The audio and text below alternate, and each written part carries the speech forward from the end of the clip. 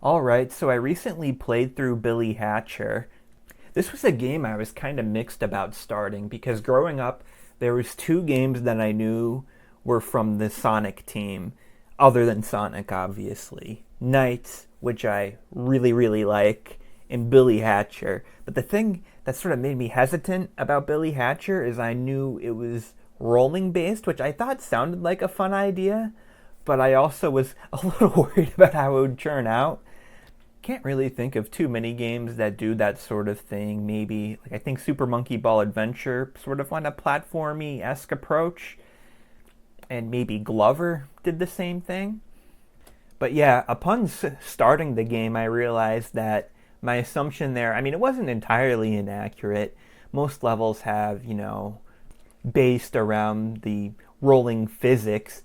But honestly, the game is a bit more like Katamari, where you're just sort of rolling the egg around. And to make that comparison even stronger, you also collect fruit to grow the egg, which honestly, I felt like it was a really good mechanic. Mainly because it added a lot of strategy, honestly, especially later in the game. Maybe not so much in the beginning, but when you hatch the egg, you can get different power ups, different creatures that help you.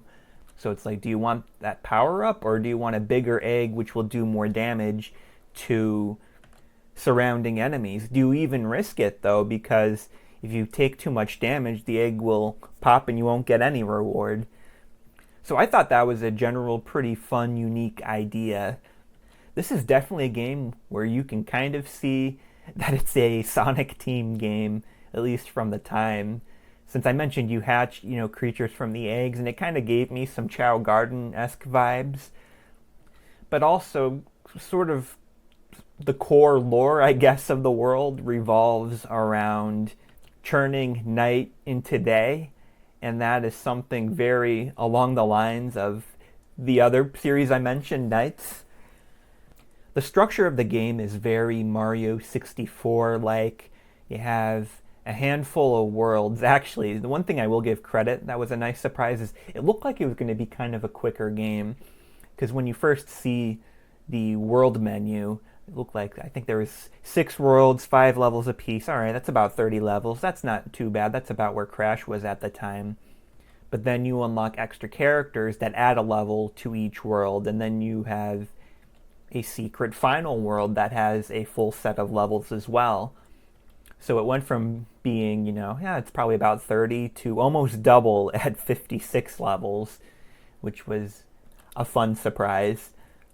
But like I was saying, you do repeat, some sections of the world, but I feel like they do a good enough job as to, moving around certain hazards, shaking up, what enemies are where, and just overall changing the objective to where, it didn't feel like a big deal to really, be repeating myself mildly, which is good because that's normally, I say all the time, I don't like repeating myself. I will say, and this might be a first experience bias, but I don't think that the game really nailed it as good as Mario in general nails it in his 3D platformers, but it still does a good enough job. Speaking of the worlds, though, I do have to give credit to. I miss when menus in that had personality. This game's UI and menus definitely don't fall short in that category. I will admit, I did not 100% complete the game. The first thing I gave up on, and I gave up on it pretty early, were the golden tokens.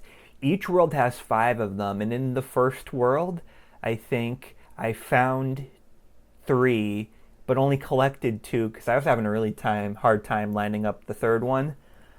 And I eventually just gave up, and I'm just like, this isn't worth it. This is probably going to be the easiest set. The rest of the sets are just going to be harder from here. I don't even know what the reward is, what the incentive is. This just doesn't seem worth it. Additionally, I was missing some eggs. There was a huge set after the GBA ones that I guess were all the Sonic eggs that were blacked out that I couldn't really actually, roll around and hatch for whatever reason. I initially thought that it was because maybe you needed a Sonic Adventure 1 or 2 save, and I played the Steam version, so I don't have a GameCube save. Although I guess it probably wouldn't have been that hard to find someone else's save and copy it to my memory card. But then it looked like maybe those eggs were tied to the golden coins that I didn't collect, so I really don't know. And then there was 3 eggs after that that were like super versions of some of the animal friends you have in this game. But once again, they may have been tied to the coins too. And then there was 3 eggs before that group, but one. So I was running short on lives. I eventually found a way to grind through them, but even after I grinded through them, I still tried to preserve lives so I didn't have to spend more time grinding for more lives. This is on the tougher side of 3D platformers, in my opinion. But basically, if I died early enough before a checkpoint, I would back out of the save and re-enter. Which, I kind of wish that there is a reset level option that didn't get rid of a life and instead let you reset the level with the lives you came in with. But not a big deal. But one of these eggs, though, I was essentially in one of those situations. Like when I saw I was missing it, I'm like, I remember hatching that creature, but it must have, never came from a save after, completing that level or whatever. And then there was 2 other ones that looked like they had the same design as the blank / 1-up eggs. So I guess I just never got lucky there.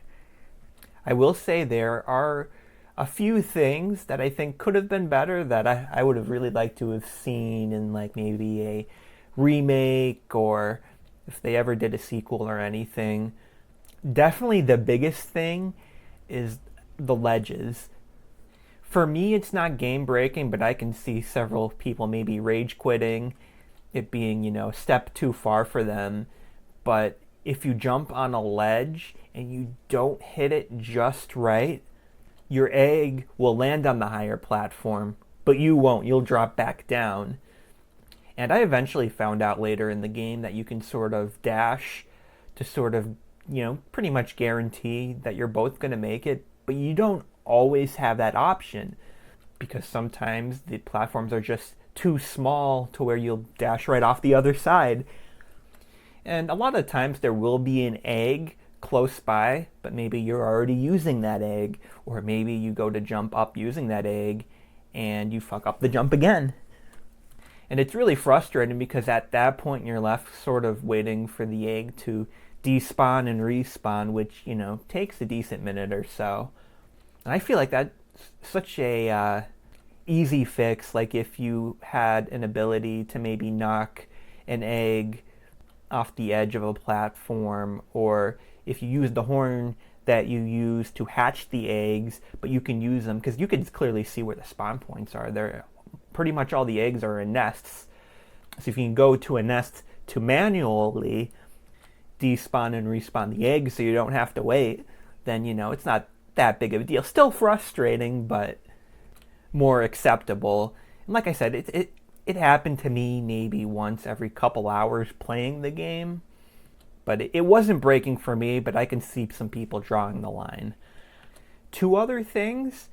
The one thing it just kind of took some time to get used to is to let go of an egg, you have to stop and move backwards. And I don't know, like I said, there were some growing pains with that early on, but I adjusted and it wound up not being a big deal. At the same time, I feel like there was probably, a button or 2 that they weren't using on the controller that probably would have been better for that sort of thing so that you can sort of move backward more efficiently and not, accidentally let go because you're, going a low speed or slowing down or whatever. And then there's also an acrobat hat that lets you jump on top of the egg so that you can roll over certain surfaces. And the problem with that one, and you only need it a couple of times, that's the thing, because I remember the one creature, it's like an water sort of duck penguin hybrid thing, but I feel like you use that one a lot more than the other ones. But like I said, the acrobat egg, you only really need like 2 or 3 times. But when you go to jump on top of the egg, it normally took me like a handful of tries. And there was, a couple, maybe 1 or 2 of those tries that I'm like, okay, yeah, that was a little off. But then the other, one or two times I'm like, really? You're not going to give me that one? So, it doesn't waste a lot of time. And like I said, it's not really a super common thing that happens in the game, but it's still a bit of a flaw. I will say this game has some pretty fun side modes. Now, I didn't have anyone to play the multiplayer stuff with, but I did hook up another controller, and they have, 8 different, sort of tightly packed arenas, and you've got, 3 different game modes. I don't know how it'll work with 2 or 3, but I feel like 4 players, I feel like that would be a lot of fun. I almost would want to see it hit something like NSO so that there's, a shot to maybe be able to play it with other people, or at least, just more accessible, One thing I will say is I did thought that the one mode was you taking on, the enemies from the game and trying to see who can kill the most of them. That wasn't what it was. It was kind of a combination of the other 2 modes, where one was trying to get the most hatches, or I think it was specifically hatched creatures, and the other was sort of a versus mode where use eggs and power-ups to knock out the other player so many times, and that was sort of a point system based around the 2 of them. And I get it. Maybe the game just wasn't capable of that with the engine or the hardware at the time, but I think that would be a really fun game mode for a game like this. I did notice even in multiplayer mode, there was like different. There was no facial animations. The face kind of looked a little different, a little off. So they were already, maybe pushing things a little bit if they had to do something like that. There was also eggs tied to the GBA link cable, which, funny enough, I have a link cable, but I don't have a GBA anymore. I do have a DS, and I do have the GameCube GBA adapter, which is, pretty much backwards compatible with everything, but not either of them with the GBA link cable. Luckily, someone did actually port just about everything from the GBA link cable to a GBA ROM that you can use on an emulator. So I did that to check all of that stuff out. There's a little, demake of Knights, like the first level of Knights, which was kind of cool. You can play, Puyo Puyo. There's like a little, I don't know how to describe it. It's kind of like a mix of a shooter and pinball, maybe, based around Billy Hatcher. Then you also have Choo Choo Rocket, which was the first time I ever played the game. Although I don't know if the game normally doesn't give you such a tight time limit, maybe I would consider it. But yeah, it was really tough, and I did try all the levels, but I did get the first row all complete. But after that, I only got maybe 2 or 3 other of the levels, because it was just brutally tight to get the levels done. But was still a decent concept and fun to try out at least. Overall, one thing I do want to say is that I always thought a Smash fighter built around rolling could be kind of fun, and where I do still prefer the Katamari series overall, I don't know, I feel like the moveset for Billy Hatcher sort of writes itself a lot better. Like, there's definitely a bit more to work with that I can see playing out pretty well. So yeah, I guess he might be my new most wanted rolling fighter for Smash. Still want some Katamari somewhere, though, if it's, an assist or, a sticker, trophy. Spirits, that's what Ultimate had. I couldn't remember for a second there. Even though I did really enjoy the game, like, I don't know, this does feel like one of those games that I could only really recommend to people who like platformers already. Like, it's a decent twist on it, but like I said, it is on the tougher side, and I just don't see it really reaching people outside of that sort of niche, It's kind of pricey now, too. I was lucky enough to get it at a point when it still went under what it initially retailed at, which was, probably $50, like most other GameCube games. It's a little more than that now, but like I said, for me it was worth it, but like I said, there's just some things that I just don't think would really lead to it hitting really well, especially for people who already are sort of, not really big into the genre.